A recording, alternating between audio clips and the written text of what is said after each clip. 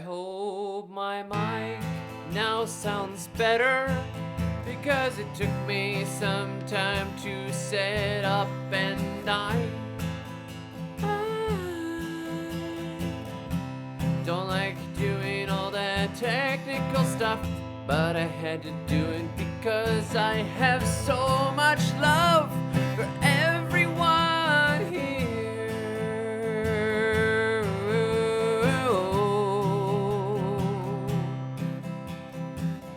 Is working. Power the sounds that you can hear with your ears. With your ears. I'd like to know if I can be heard on the microphone. Yeah, it's a sock on the mic. Old school. We're kicking it old school. We're breaking all of the rules. And the thing that's great about a sock is that it breaks out the sounds. On a super serious budget, and there's always a sock that is loyal. So you just take that sock that is alone, and you put that sock on your microphone. Okay, good. I am glad it is a clean sock. Only the best for the good gardeners. Oh my goodness. So, how are you all doing? Apparently, there is a very active Facebook group called DTGG, David the Good Groupies. I am not on Facebook. I mean, I think somewhere there's a placeholder with a picture of me on it, but I am not on Facebook. And but there some of you are, and there's apparently a very active and very fun group, DTGG, which is fantastic. I am all about self-organized things. You know, the church that I grew up in, my dad was a pastor, and he would say, you know, somebody would be like, you know what the church should do? The church should do this, or we should have an outreach where we do this, or we should do this like a pancake breakfast or something. And Dad would say, okay, do it. Do it. Church is open. Just do it. Put it together and do it, you know? And it's like, you don't have to go and say, hey, David, could we do a, you know, whatever thing? Just go do it. It's awesome. I don't mind. And I mean, somebody sent me a really good copy of a good cover of Pears and Her Salsa the other day. I have to see if they actually put it public, because two brothers are playing it and they are great. It is so cool. So,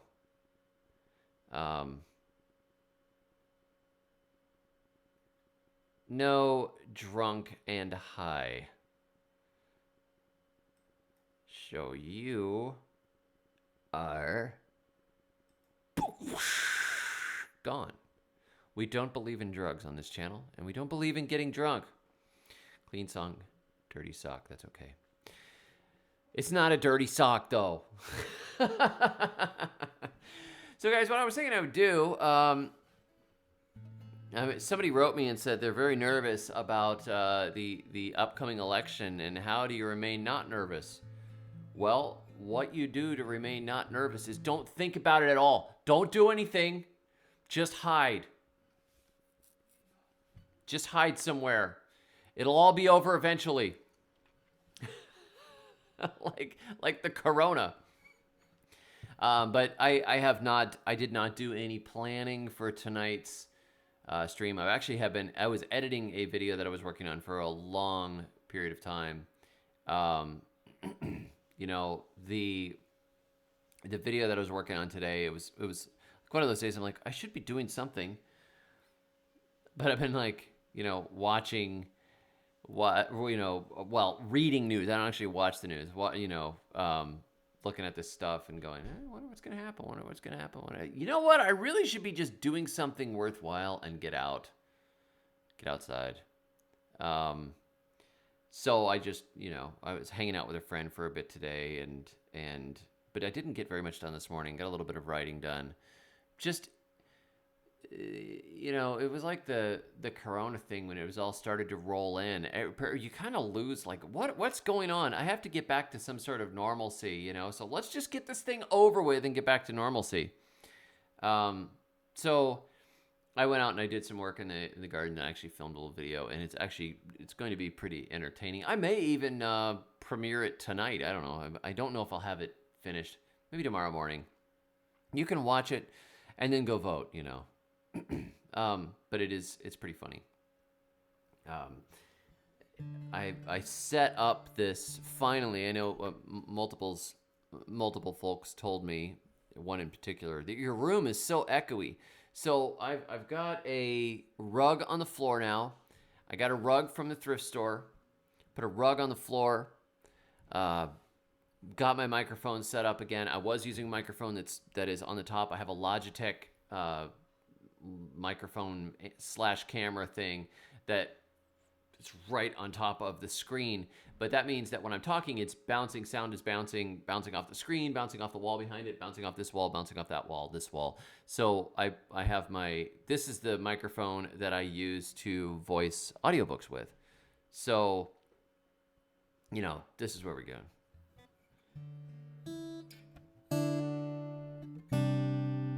So let's see what we got here. Let's just do gardening questions and answers. If you guys got gardening questions and answers, we are getting into really the cold season for a lot of these things. This is kind of the time where most gardens are pretty much shutting down for the year, unless you are in, say, Hawaii, like Dana, or some of you are in South Florida. Some of you are doing winter gardens, but it's still not nearly so outrageous as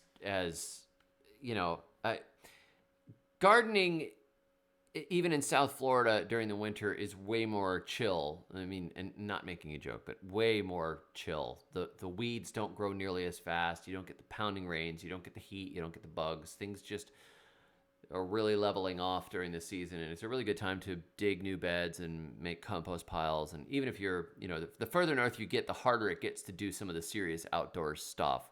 And if you've got a bunch of snow in the ground covering everything, it kind of is what it is. Hopefully you got a chance to gather all your fall leaves and make big mounds of them and make your compost piles and stuff like that ahead of time. But there is a point where the gardening drops off. And with that drop off, because my life is tied to the life of gardening and writing about gardening, things get more simple and laid back for me too. Now I may have bitten off a bit of a pretty complicated winter project here with the test beds, but even then nothing's really growing that fast right now, and it's just, things can take their time. Got a couple of peach trees given to me by my friend Robert, and he gave me a couple of peach trees that his grandmother had started a tree from a pit years and years ago, and it made nice big sweet peaches. And so he, was familiar with my seed planting stuff, so he decided to just go ahead and plant seeds. And so as a gift, he was coming through town, and he came by and he brought me 2 potted peach trees, which are seedlings from the one that his grandmother planted, and they're from North Carolina. So we'll see how they do on chill hours. The chill hours may be a little high, but we'll see. Hey, they're seedlings. There's a lot of genetic diversity, and hey, maybe the world will get colder. Who knows? We'll see how they do. They may do it, they may not. So let me say hi to everybody here, and then I will start answering any questions I see. So, hey, Scott, nice to see you. And Betty and Dan S. Derek, Taco Promotions.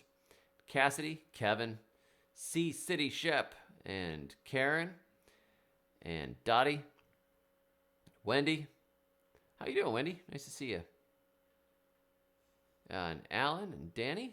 Hello from Jersey. And Evan is back. Dana. Lindsay. Richard, nice to see you.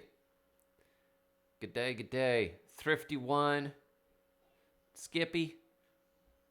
Got a lot of folks here tonight. And Dave. So welcome everybody. Solemn Sentinel. Miss anybody? Mio, nice to see you back. New Day. Sean. Wendy. Another Wendy. We've got 2 Wendy's tonight. and Armando, and then the guy that I banned, Brand, Charlie, Anna. All right, so MD63. All right, that's it. I think that's enough. I'm not going to name every single person, but let me go back to the top of the thread and see what's going on. What we've got. Taco Promotions has hatched out 7 baby quail on Halloween, my birthday. Well, happy birthday, happy Halloween, happy baby quail.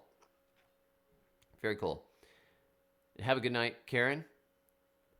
Cassidy says, what do you use to crush up your large chunks of biochar before soaking? Some of these I just smashed in my hands. Some of them were made of some softer wood, and so they broke up pretty easily. But I have heard a really good way to do it is just stick them in a burlap sack and smack them with a mallet. So it's one of you guys recommended that. I haven't tried it yet. What I actually did was just I put them in a bucket, and I took a big stick, and I just sort of smashed them inside of the bucket down in the bottom, and then added a little more, and then smashed them and added a little more and smashed them. And then I poured them through a sieve, and the ones that didn't fit through the sieve, I dumped to the side to smash later. So I, got them smaller, but not as small as they could be. I suppose I could smash them to dust this next time, but I'm not sure. C City Shep says, at work today, a coworker caught a leaf in the eye, and all I could think of was the poke him in the eye song. That's funny. And hey, Dottie from Sacramento, California.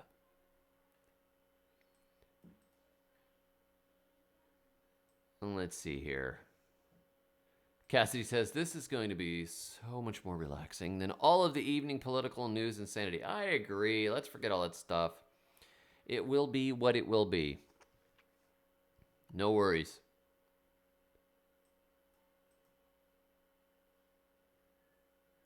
Evan says, request more compost videos.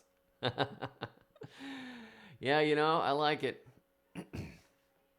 You got to make sure you follow all those rules of composting. It's very important to follow the rules.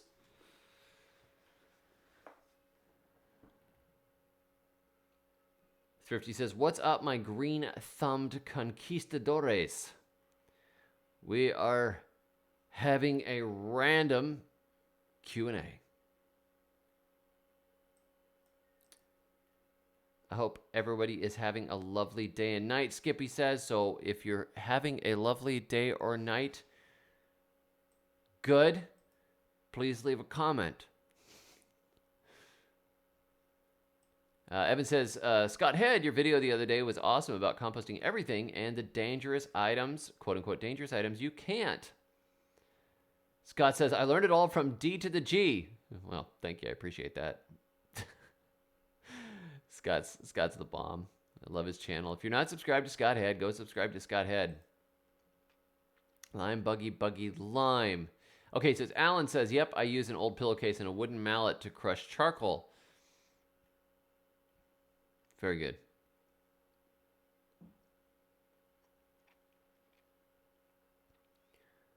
Let's see. Cassidy says, Art, you're wow, Cassidy, you lost your house in Hurricane Laura? Yikes.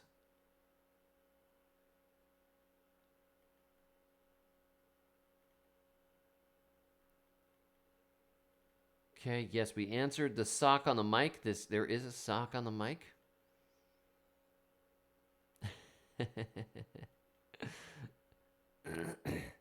Scott says, as a pastor, that's my own approach too. You have an idea? Great, do it. Scott, you'd be happy, I think, proud of us, perhaps, for Halloween, which is Reformation Day. We watched the Luther movie from 2003. It's very inspiring, very good movie. But that was the first time our kids seeing it. Jordan says, do you believe in illegal tree planting? Yes. I believe in I like the idea of guerrilla gardening or planting trees in spaces where they're not expected, like empty lots, even maybe parks, that sort of thing. I don't think you're not vandalizing anything by planting a tree. You're actually improving the space. So it's hard to argue that that's a damaging thing. But I mean, I went to art school. So I may have some questionable morality. I always thought it would be really funny. Okay, I had this idea. I don't know if I should share this idea with you guys. One of you guys might actually do it. We used to live down the street from this park. Now, this never happened. I never did it. But we used to live down the street from this little park. And it was a sports park. And it had, playground areas and some trees. And they were the typical landscaping trees. Like there's a little elm or an oak or crepe myrtle or whatever. So these trees were in this park, and each one of them had a little area around it that was blank, filled with mulch, and they would mow around these little trees that they put in. So I was really thinking, wouldn't it be cool to plant a mulberry tree near the playground where my kids would go play? So we'd stop by there and play on that little playground and let the kids run around. And wouldn't it be fun to plant a little mulberry kind of near there, not like right on top of it where it's going to make a mess of the ground or the sidewalks or anything, but a place where kids could go find mulberries and pick them. And they're very beautiful trees. And I had a nursery with a bunch of mulberries in it at that time. And I thought, if I just went out there and planted a tree, just went out there with a shovel, dug the hole, planted the tree, put mulch around it, I bet you, the landscape guys would just keep taking care of it. Probably, the landscape guys would think that the city had approved it or the county had approved it. The county guys would think that the landscape guys had put it in. It probably would just slip through the bureaucratic cracks, and nobody would ever pull it up. It would just be there. But then I thought, you know what? There's a way to really make sure that this tree stays there. And that is to go to a monument company, one of those companies that makes little monument bricks and bronze plaques and that sort of thing. And then you put, in loving memory, he gave his all, Sergeant Morris Rubra. Right, so people would look and they'd be like, Sergeant Morris, or Sergeant Morris R. Ubra, or something like that, right? But Morris, Morus, could come up with something like that, right? Morris Alba, or Alba, Sergeant Alba Morris, right? That's hilarious. So you would see it and you'd be like, oh my gosh, this is like somebody planted this tree. This is like one of our heroes. So, you can't take this tree out. Now I know that that's messed up. That's a terrible thing to do, and I don't think anybody should set up fake monuments to loving memory. Yeah, loving memory of the grass that was here or something like that. Sergeant Alba Morris.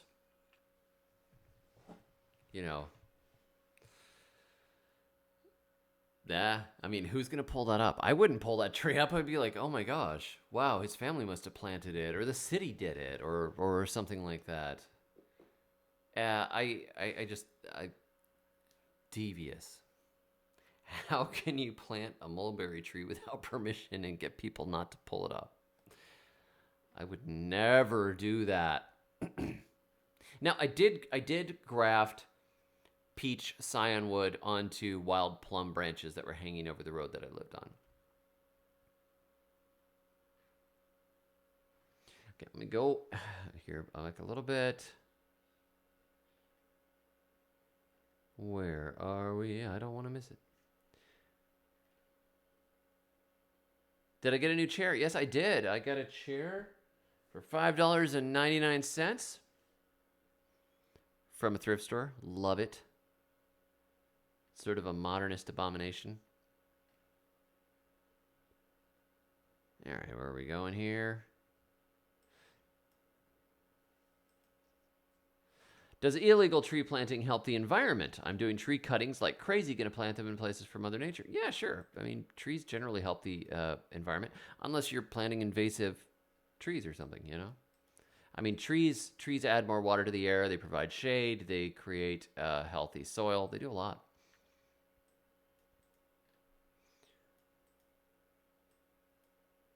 Let's see.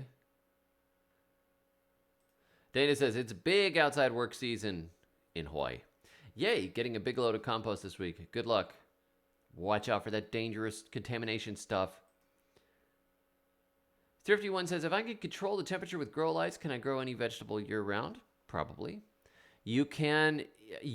Somebody asked me this the other day, can I push the zone and grow tropical plants, tropical trees in, I think they were in zone 5 or 6. Yes, you can. It's just how much money do you want to spend? Because you can put a greenhouse outside and heat it, double pane glass or double plastic panels or whatever. You can do that. You can put a propane heater in there or electric heaters or whatever else and put tropical trees in it, sure.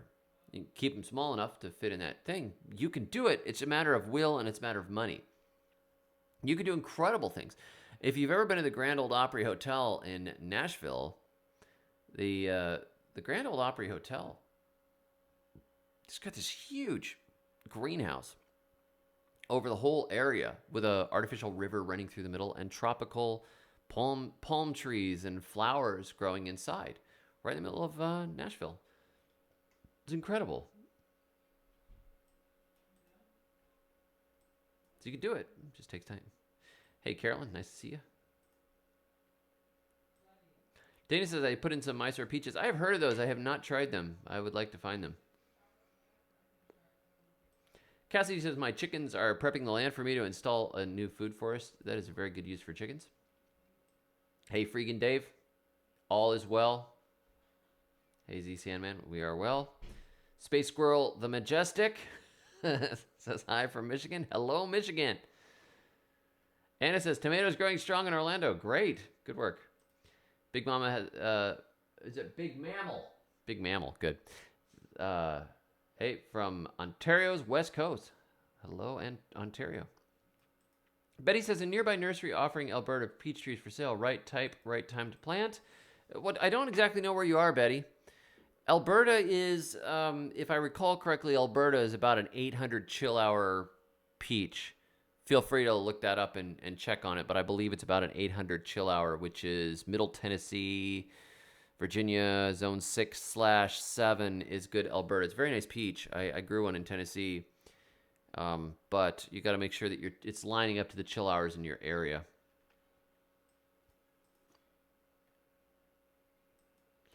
Alan says, cracked a bucket trying to smash biochar in it. Yeah, I actually cut through the side of a bucket, stirring the biochar up with a machete, and I was like, I can't believe my machete was that sharp that it would go through the side of a bucket. But I guess it went through my fingers once, so yeah.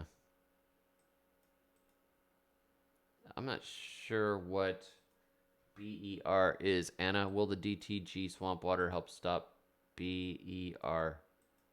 I'm drawing a blank. Sarah says you can put them in a bag in between two plywood boards and drive over them with a truck. Yeah, that might work.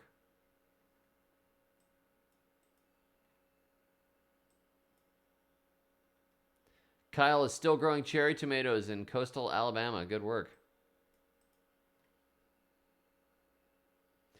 MD63 says Murfreesboro solid waste has a huge pile of leaves already. Too risky, or the little bit of grass worth the risk? It's hard to say. It's hard to say. If they get a bunch of rotten straw that got thrown in there. Don't know. You have to find out where they're getting all this stuff from. If it's mostly wood chips and leaves, should be fine. Mostly leaves, that's probably fine. Well, thank you, Carolyn. I appreciate that. I managed to beat Downton Abbey. And I'm not going to scare the living daylights out of you with a completely inappropriate scene out of just nowhere. Wasn't that the one, the show that did that?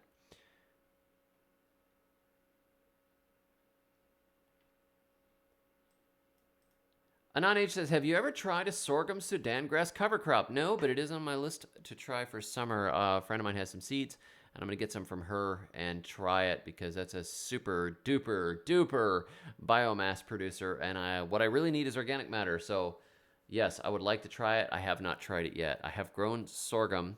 I tried to get some of the experimental Sudan grass from the University of Florida, but they wouldn't let me have any.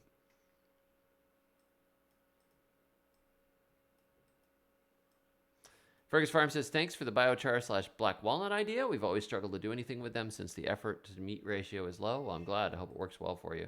I think the jugalone should be pretty much destroyed by the fire. Connor says, why is there cheese in your compost? I learned it from watching you. You were the chosen one. Anakin.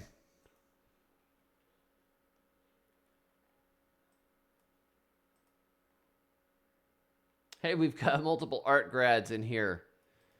I'm sorry for y'all. Yeah.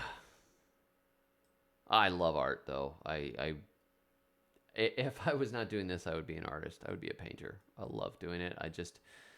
You got to choose what you're going to do, and it's hard to do everything. Boyd says, hey, David, how is the 12 plots going? I do have a question about turnips. I just spread them by hand. They're about an inch, 1 or 2 high. When and how should I thin them? Do I want greens or roots? Good questions. First of all, the 12 plots are progressing. The video that I just finished is showing what's going on. There are some good stuff and some bad stuff going on. So I'm going to be posting a video on that very soon. And so you just wait for that. I don't want to give it too much away. And as for the turnips, I have done that too. Spread turnips over an area and then just thin them out as you go. No big deal. If you want roots, definitely thin them. At least give them 6 inches or so apart. That they'll start to root up quickly. They'll expand quickly when they are thinned. The thinning is very, very important. And even if you want better tops, better greens, thin them out. They really thrive when they have more space. I've got mine like a foot apart, which is kind of overkill, but I like to just get maximum awesome stuff. You have to decide if you want greens or roots, but you'll get more of both if you thin them. But you can eat the little turnips as you thin them. The young greens are great. You can even stir fry them with bacon and eggs for breakfast. That's what I like to do. CCD Shep says, have to get my swamp water barrel empty before winter sets in. I am trench composting all the rotten goodies in the garden beds. Hope for some nice fertility next year. Oh, that should do great. I love putting trenches in the garden and dumping material into them. I think that's a great idea. So you got a bed, particularly a bed that hasn't done all that well, dump a bunch of material into it. Just make a compost pile on top of it, pile stuff into it, dump, all of your like leftover broth. Or if you cooked vegetables and you've got, the remaining water, pot liquor, pour that in there. All that stuff. Excellent. Definitely. Conrad says, hello from Kentucky. Hello, Kentucky. Kentucky is a beautiful state. Been there a couple of times. Anon H says, would dangerous compost affect mulberry? Yes, definitely. I had a mulberry tree get damaged because of it. Garden says, red or black mulberry? Black usually tastes better. Red is a native, and it makes a very beautiful tall tree. I like both. I would plant both.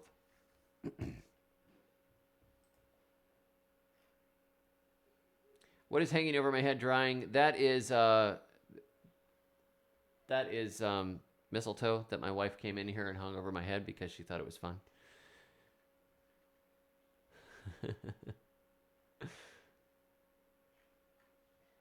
Let's see. I want to make sure I'm answering all these questions here.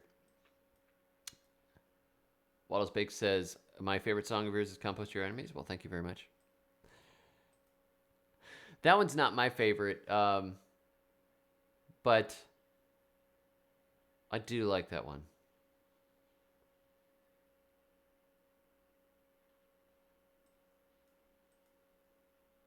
Boyd says, I treat my mulberry like a compost pile. I went from 1/8 stick to a 1-inch trunk in less than a year, and that was after the deer stripped it of leaves. Yeah, they grow really fast if they have constant fertility. That's a good idea.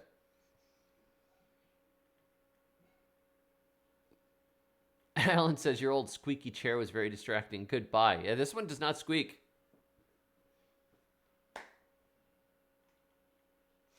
And it says fashion designer to food forest extraordinaire. One of these days we'll run into each other. I probably need some fashion help. I may not be. I told Rachel, I said, I'm looking at my videos. I really dress like a bum, don't I? I need to do better at this.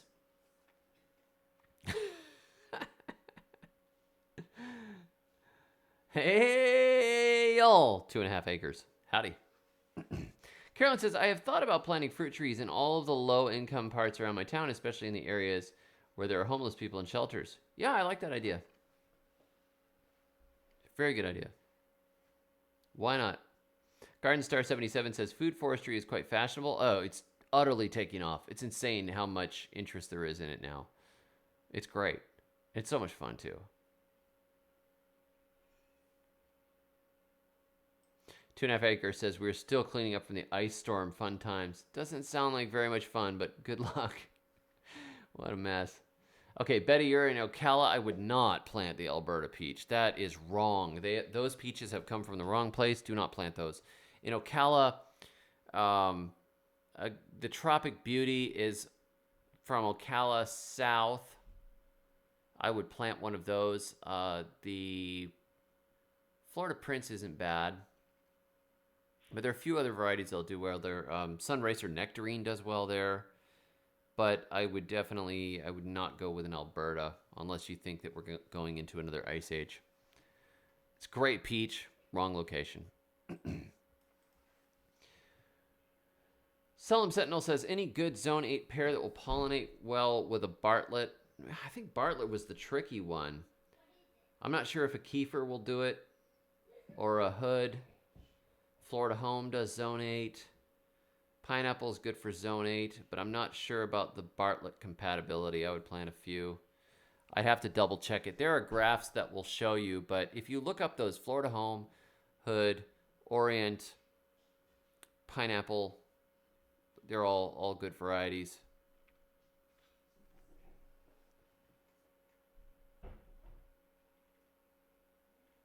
Let's see here. Skippy says, I took some staghorn sumac from the pavement and took it to my plot. I'll be making hillbilly lemonade in the future. Maybe try to smoke some of the leaves too. Yeah, I have heard you could smoke the leaves, but that family, there's some pretty toxic stuff in that sumac family. That one makes me a little bit nervous. I don't think I'd want to put that in my lungs. Dana says, donkeys are beating for their dinner. Is that what donkeys do? I will have to finish watching this after evening chores. We'll have a good night. A farmer's life is never finished until they sell the farm.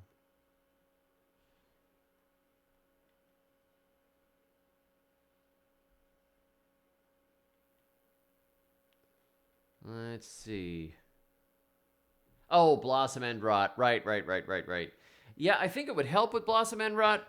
That's often a calcium issue though, and it's hard to get the calcium mobile in the soil. Like by the time you see blossom end rot, it's usually too late. It's hard to get the calcium adjusted. That's something that you should be amending the beds for next year. Get your gypsum, dolomite, lime, crushed eggshells, however you want to do it. Or if you're really having an issue and you want to fix it right away, you can foliar feed with Dynagrow. But the blossom end rot is usually more of a nutrition deficiency that leads to that issue. But increasing the amount of organisms in the soil should help somewhat. Healthier soil often helps, and keeping the stress levels lower on the plants. It could not hurt, and it may quite possibly help. But I would also look at your calcium levels.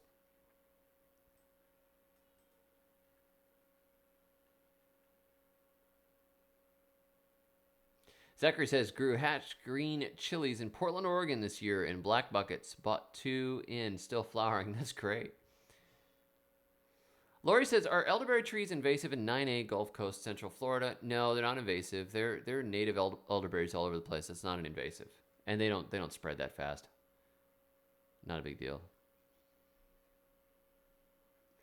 Marie says, David, Georgia 7B, good for apple trees. Yes, you can grow most varieties of apples in Zone 7.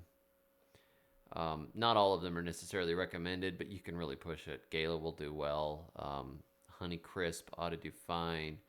Fuji should do fine. If they don't drop all of their leaves through a mild winter, strip the rest of the leaves off to induce blooming, but 7B is pretty good. ZE is still growing okra in California. Good work. Christopher wants to compost his enemies. Completely understand. You need a Pakistan mulberry in your life, Boyd. That's funny. Z-Salmon says, do you think loquat will fruit in central Alabama? I've heard mixed things. No, I don't think it'll fruit unless you have a very sheltered location.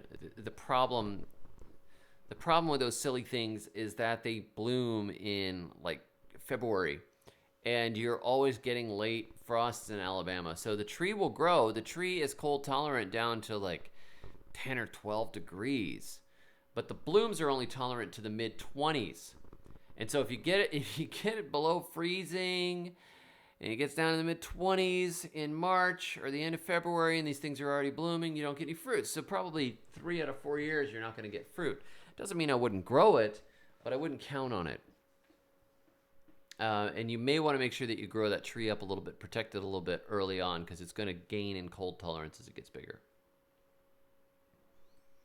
Carolyn recommends a sun peach for Ocala. It was developed by the University of Florida IFAS for North Central Florida. Okay, good. I did not have sun peaches when I was there. I'd love to get some seeds from those and see how they go.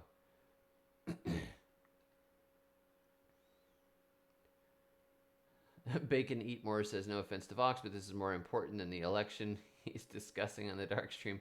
I don't know, but I don't feel like talking about the election. Can you buy BBs and pellets, air rifles? Yeah. I actually just bought a new 12 gauge. It's right over there. That's not BBs though.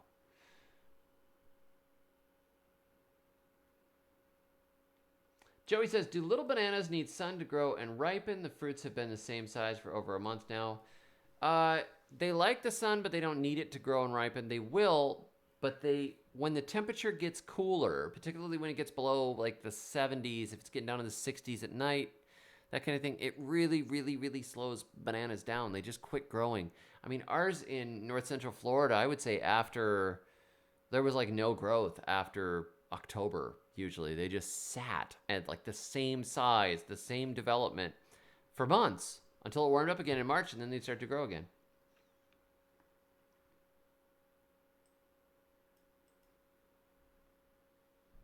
Chip says, crushed Tums works for blossom and rot. Excellent. Everybody's got to eat and run sometimes during the day. Let's see here. Charlie says, hey, from North Texas, do you overwinter your peppers? If so, when? I have overwintered peppers by keeping them in big pots and then hauling them in and then hauling them out again. It's kind of a pain in the neck. I also had some cayennes successfully go through. North Texas is pretty far, though. But I had them go through winter and regrow from the bases after some frosts, but most of them died. And that was in zone 8/9, and you're probably in 7/8. But if you want to carry them through, the hot peppers are perennials. So if you want to carry those things through, put them in big pots, and cover them, put them in a greenhouse, bring them in, take them out, bring them in. They're not that happy when it gets cooler, but they won't die unless it frosts. But you can get, I had a habanero I kept for a few years that way, and then eventually I forgot and left it out and froze to death. Conrad says, I've seen decent loquats in Tucson, Arizona, strangely, all in commercial landscapes. It's funny. They're popular as a landscape tree because they're pretty evergreen.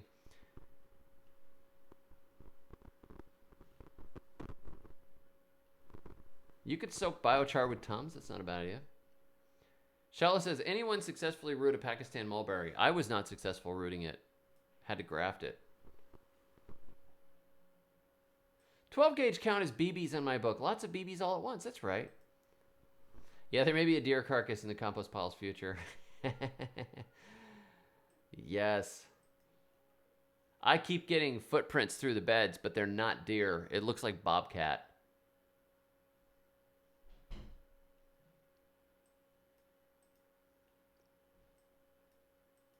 Is Tums sodium bicarbonate? It's not calcium.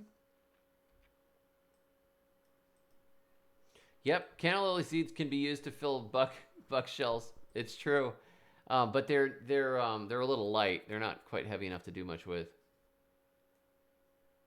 I don't know anything about a proposal for banning tomatoes. I think we need tomatoes just for throwing at politicians. Yeah, calcium bicarbonate. That sounds better. Skippy says, I read that some of the sumacs can be toxic. I was sure to ID it properly before claiming it. I might skip the smoking, but it's a beautiful tree and great for the garden if you keep it in check. Yeah, and they're in the spring, sumacs attract a wonderful amount of pollinators. They buzz like a power line. Here, it's incredible. I was just blown away by how many bees and wasps were all over those things when they bloomed. They're great. I would grow them just for that. Joey says, so the bananas will still grow after several months of dormancy. I'm talking about the fruit, not the whole plant. The giant leaves still grow, but shade out the fruit. Yeah, I mean, if the leaves are getting sun, that's the solar energy is really going into the fruit. The fruit don't have to be in the sun. The fruit can be in the shade. If the bananas themselves do not need to be in the sun to make bananas. I've seen them growing in shade. I've even seen banana trees in more than half shade. They just don't make as big a fruit if the whole tree is shaded. But if the leaves on top that are shading the bananas aren't shaded, it's great. They're great solar collectors. But everything slows down in the winter with bananas. They really slow.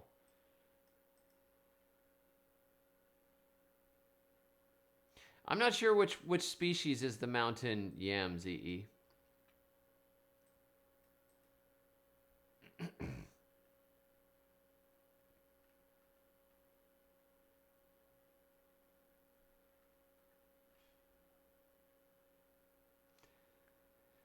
It depends on the mulberries that you're growing, Boyd. Some varieties of mulberries root easier than others. The Niagara and the Alba seem to root the easiest.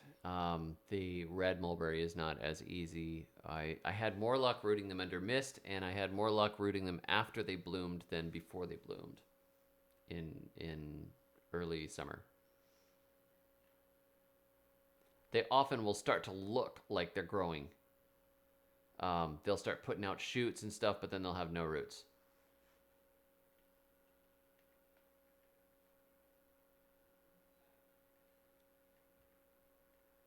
Oh, there'll be a collapse eventually. There's always a collapse. But, it's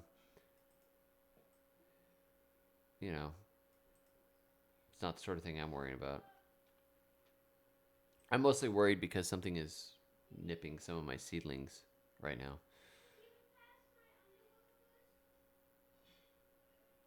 Lance says, I'm going to get a free citrus tomorrow. It looks like there's 4 or 5 trunks on it and a large canopy. The lady doesn't know what it is. I'm thinking about grafting the expletive out of it. Yes, citrus is pretty easy to graft. Just be careful if you are in an area where there is citrus greening, because if you graft from a tree that has the greening virus, you will eventually, that will infect the tree that you're grafting onto. Citrus grafting material now is very carefully protected in special greenhouses to preserve varieties so they don't get infected with greening.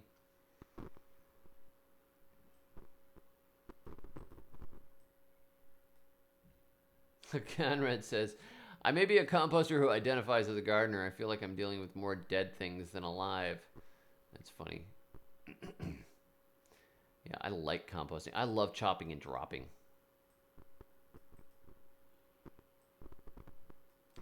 Good music, says Bob Duncan in Victoria, BC. Canada successfully fruits loquats and citrus and feijoa outdoors in a protected place, but they have a fairly mild winter climate. He has a few videos on YouTube, so FYI. It is about those microclimates. Okay, Dioscorea japonica. If it's native to Japan, chances are it'll go right through the winter. Korea is cold as well. I would not worry about it. And if you are worried about it, put some extra mulch over it. 8B/9A. Yeah, that's easy. Anna's going to dump a container and Tums in the swamp water. Awesome. Z Sandman says, tell me something weird and unusual I should grow in zone 8. I like the Hachia persimmon. I would say it's super weird or super unusual, but it's a wonderful zone 8 fruit. Very good. Another one is a white mulberry. That one's really cool. Japanese raisin tree. That's pretty awesome. That'll grow in zone 8. Dead man's fingers. There's a really weird tree. I'd love to see one of those in person, but I never have. Chip says, did anyone send you Leucaena leucocephala seeds yet? If not, I have plenty. No, I do not have it yet.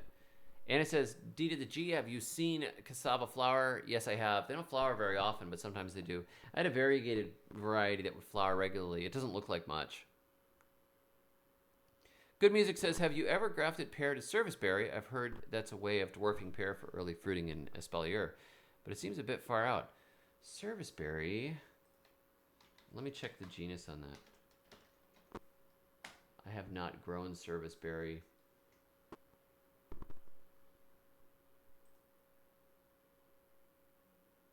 Well, it's Rosaceae. That is a stretch, though.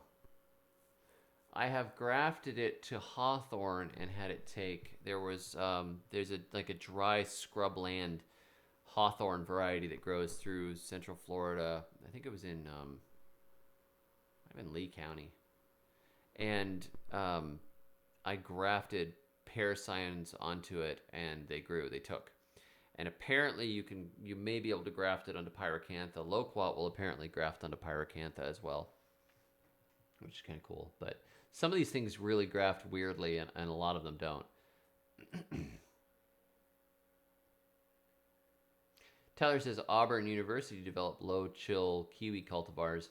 Yeah, there are some of those kiwis that were more cold tolerant. The smaller one that's kind of not nearly as fuzzy. People have had some success with those. I had them die on me. They liked more water than I gave them. Scrubland Farm says, load number 14 of mulch delivered today. Awesome day. Tree company working for electric company has been in neighborhood for a week now. I would love to get some. I'm still looking. I just found out that there is a company that's processing huge amounts of tea, and they may have piles of tea leaves, which would be cool.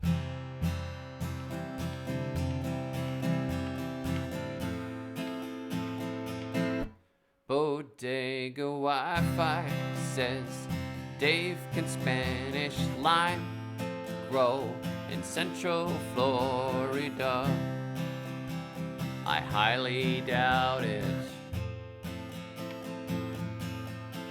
That would be a big push, a great big push. I mean, you might be able to keep it small like a bush in a pot.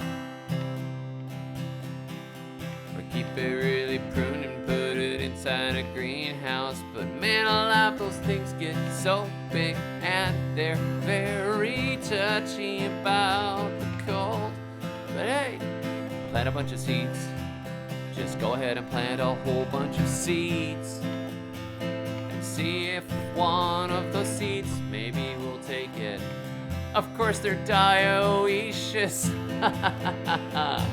Oh boy, there's a few things you gotta get around with the Spanish lime.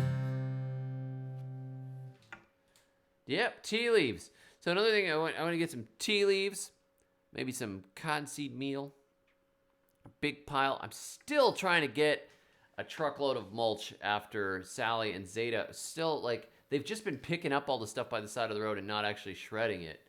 And that's no good. So, yeah, I don't know. If I could get a big pile of wood chips, get some tea leaves, get some chicken manure, throw it all together, I think we could make some really good compost.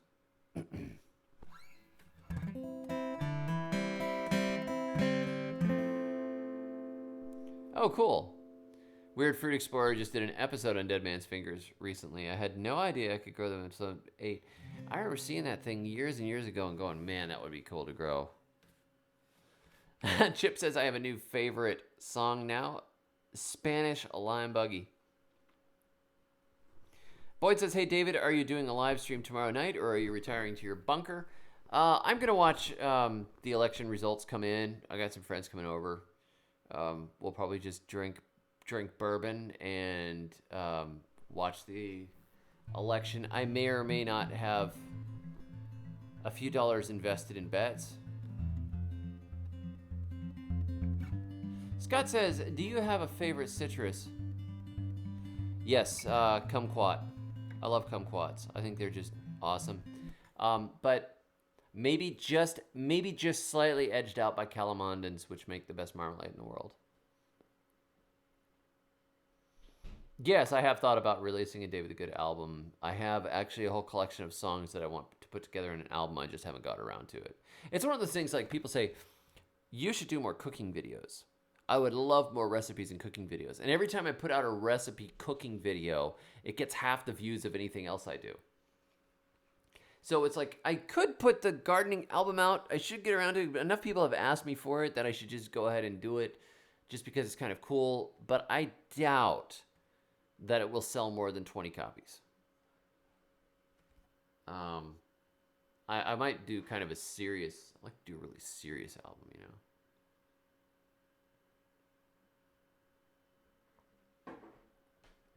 Brenton says, off topic, I'm from San Diego. I used to be a Chargers fan. Since the Chargers broke up with San Diego, I am now a Dolphins fan. Well, I'm glad that you have seen the light.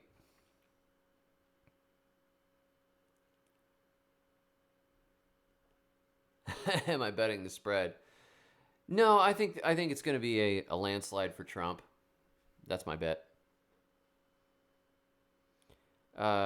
Cassie says, David, they pick up all the tree trunks and shred it in one main location. I may have to go pick it up. Yeah, and the location may be I think it's a long ways away from me because I'm way out there. I think they take it way south in Baldwin County.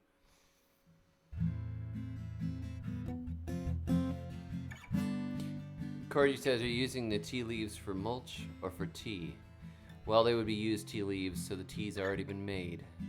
So what I'm going to do is make a compost. I figure, hey, there's a tractor down the road. I could make a great big pile. I could make a bunch of compost in my own special style, and then maybe I'd put it in bags and charge a few bucks for folks that want stuff that they know isn't nuts. That stuff that doesn't have amino pyralids. Safe.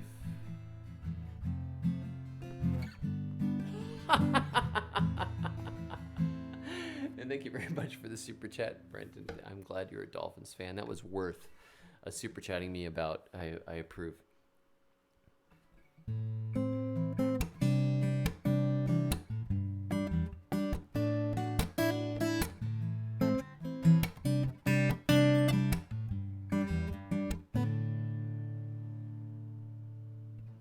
There's a tree in my field. In la fielde is a trio. There's a tree in my field. It's a relative of... Wait a minute. 1 second. 1 second. We're going to do this. We're going to do this right. Because you super chatted me.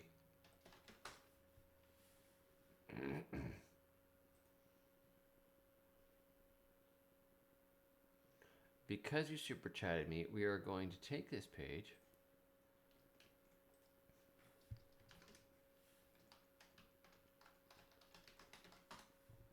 We're gonna do this thing.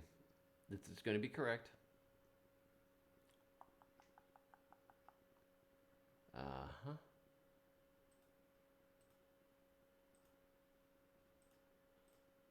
Uh-huh.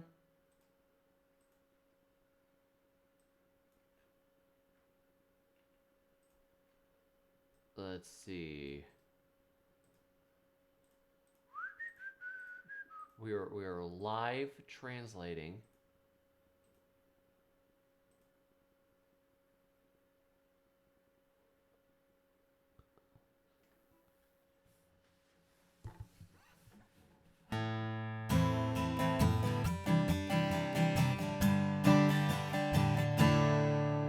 In la field is una arbor. Meliococcus bejugatus canip. Genep. Genepe. Genepa. Genep. Genepa. Genepe. Genete. Tenet. Darbaja cote mama lemonteo. Genepas kinep kinep. Oya o. Mamensilo.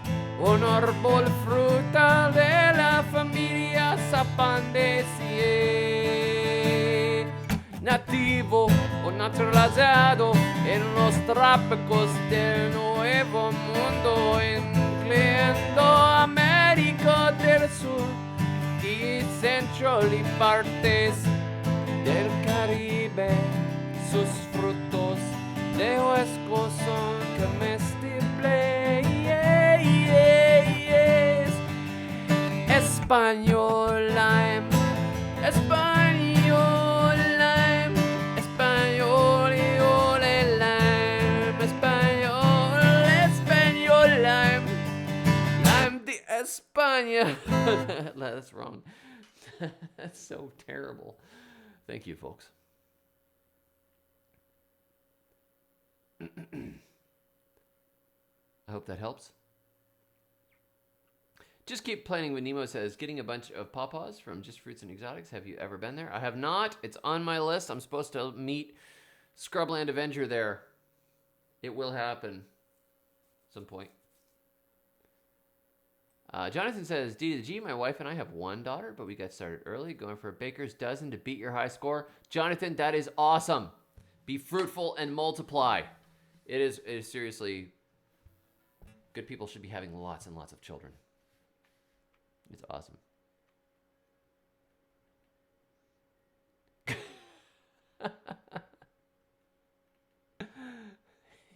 Yo voy a votar por Donald Trump.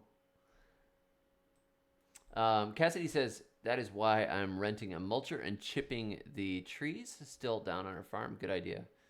I would like to see if I could get a chipper, but man alive, it is a ton of work to do it yourself, to cut all the stuff up and to get straight pieces, and then you work and mulch and mulch, and you don't get that much. I am a fan of American football, like real football. Good job, Anna. Anna chased the mulchers down and gave them papayas and eggs. That's the way to do it. Wendy ordered pawpaws from Willis Nursery in Georgia last year, and they died. I'm not surprised. I don't like Willis Nursery at all. I think they're the ones that I had all kinds of... Ugh. No good. Don't worry. Don't do that. Burnt Ridge Nursery is good. Grow Organic, Peaceful Valley. That's a good one. Woodlanders is good if you want to do mail order. Gurney's is not great. Avoid Tai, Georgia.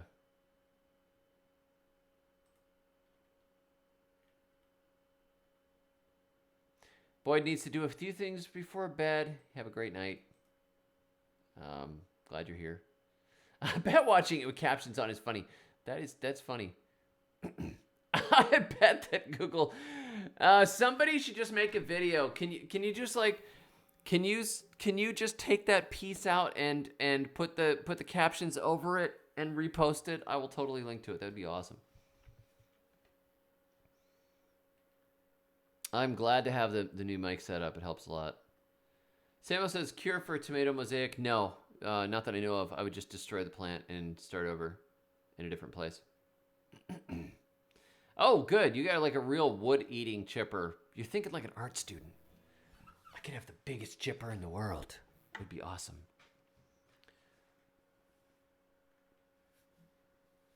Oh, man. Rick, you had a stroke? Rick says, sorry I missed you for a month or so with Olive Talk. I suffered a stroke, but I'm back gardening. Nice to see you. Oh, nice to see you, too. I'm very sorry to hear that. I always appreciate having you here. You're so funny. But I'm very sorry about that. I'm glad you're gardening again. My grandmother had a stroke, and she did not get better from it. You know, it's tough. Chip says, I need your current P.O. box for sending you seeds. I think I can do that. Let me find it. 1 second.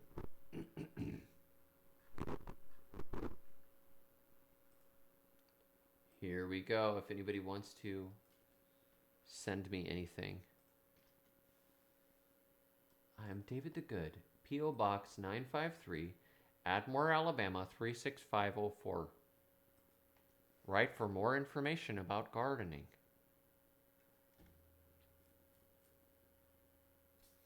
ZE says, David the Good should make a video on how he makes the beats or how he writes his lyrics.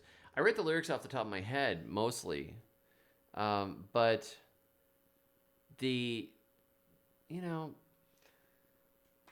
okay, so the no-till song I did the other day, which I posted, you guys saw the little no-till song. That was off the top of my head during the 100K good stream. It just happened. You know, that's how I write a lot of things. But like something like Parison or Salsa, that took me some work to write. Lime Buggy I wrote in a few minutes. I wrote that one down first. But I often do stuff off the top of my head and then forget about it completely. But there's usually the germ of a better song in there if I actually took the time to really work at it. But I have an ability. My brain works fast enough that I can often make the rhyme for the next part of a song or know how to hit the timing correctly to have it roll around the card. So it's one of those weird gifts that God gave me that has been useful for entertaining people.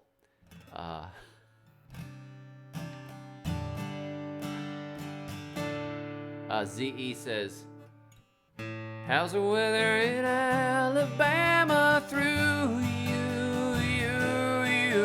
the year? Well, I have to say it's not too bad through the year. Sometimes in the winter it goes down below freezing and frosting and killing everything in the yard. So I gotta say it's not the same as gardening in the tropics. It's zone 8, so it is not the same.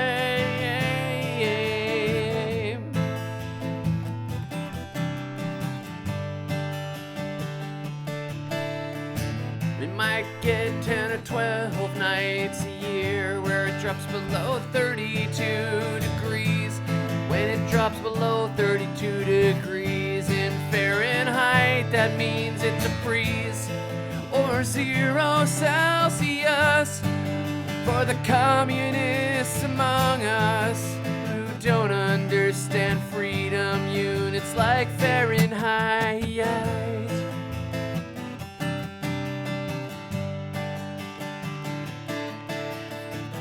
I know some things you can zone push, some things you don't even have to. Like if you grow a blueberry bush, I've seen bananas by the side of the road growing, but I don't know if they're flowering, if they're towering above long enough to even make a fruit. I don't know, but it's a little cold for me.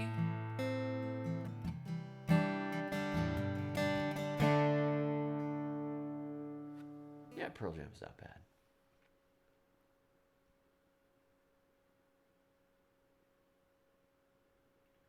That's my favorite chord progression currently. I was doing something cool on the bass the other day.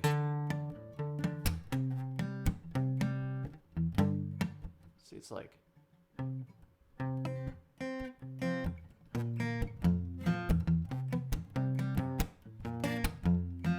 don't know. Yes, I'm a capitalist. I think capitalism was the best system invented for the most amount of people to be lifted up out of poverty. What I am not a fan of is crony capitalism or modern corporatism, where the system is basically controlled by elite groups that run the whole thing. I think that a free and open market would be much better than what we have now, which is just pretty corrupt. But it still works much better. At least American capitalism works much better than where I was in the Caribbean. um, things that you just think would be impossible happen because of capitalism, like having bananas for sale in New York. Without a profit motive, there's no way that would ever happen.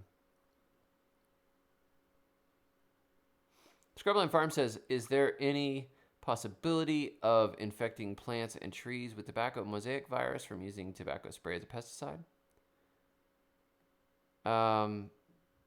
It's possible. Yeah.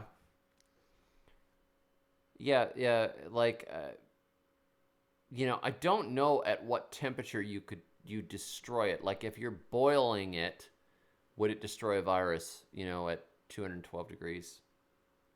Not sure.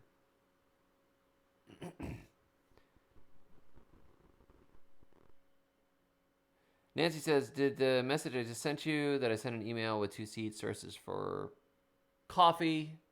Oh, yeah. Incredible Gingers and Bananas. Sounds good. I'll look it up. The big problem with any system that's not a free market system is that somebody has to then turn around and figure out how everything gets distributed, and that leads to all kinds of problems. If you want the whole world to look like the DMV, that's what you have to do. And I don't want the whole world to look like the DMV. I want to be able to go into a local store and just get a huge amount of stuff, and I don't mind paying the owner for that. When it comes to, massive government contracts for Halliburton and stuff, that's what I don't like. But I don't think that the answer to it would be to forcibly take away a lot of those things. I think you just actually enforce rules that are already in the books. You can probably deal with most of it. Just nail all the corrupt people, and a lot of these problems will go away. I think the big tech companies should be busted up. Definitely. There's way too much control over people's lives there. That would be a legitimately good use of government. Bust them into small pieces. But, it's not a political thing. I tend to think mostly on the local and independent level as much as possible. How does it work in your neighborhood, and what will be the least burdensome to you and your neighbors? Like trying to run a small business, or say you want to start a yard landscape company or something like that. Whatever the less trouble. If you try to run your own business, you really start to get angry really quickly with how complicated it is. And when everything is taken care of by the government or by an employer, you really are not exposed to how annoying the system can be. And you don't really appreciate how many hoops a lot of people jump through just to do things. I went to this vineyard and he was talking about how many regulations in order to just make wine and sell it that he had to do. It's crazy. Terrible.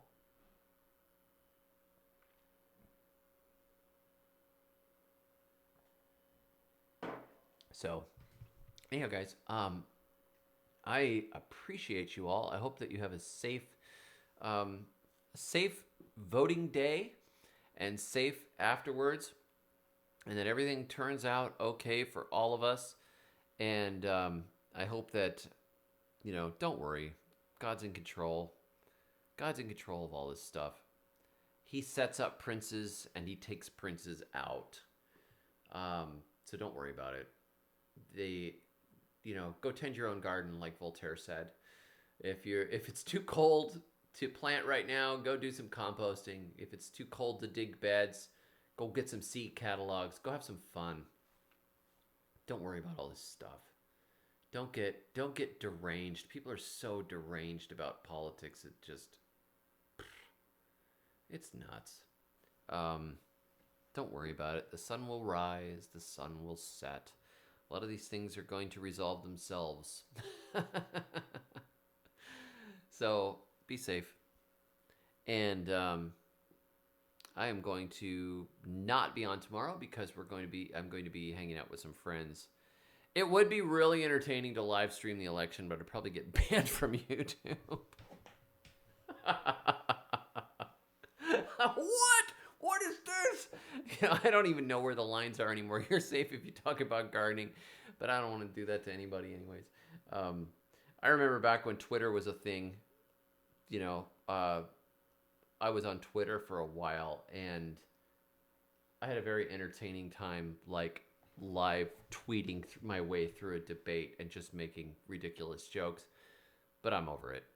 I'm so over it.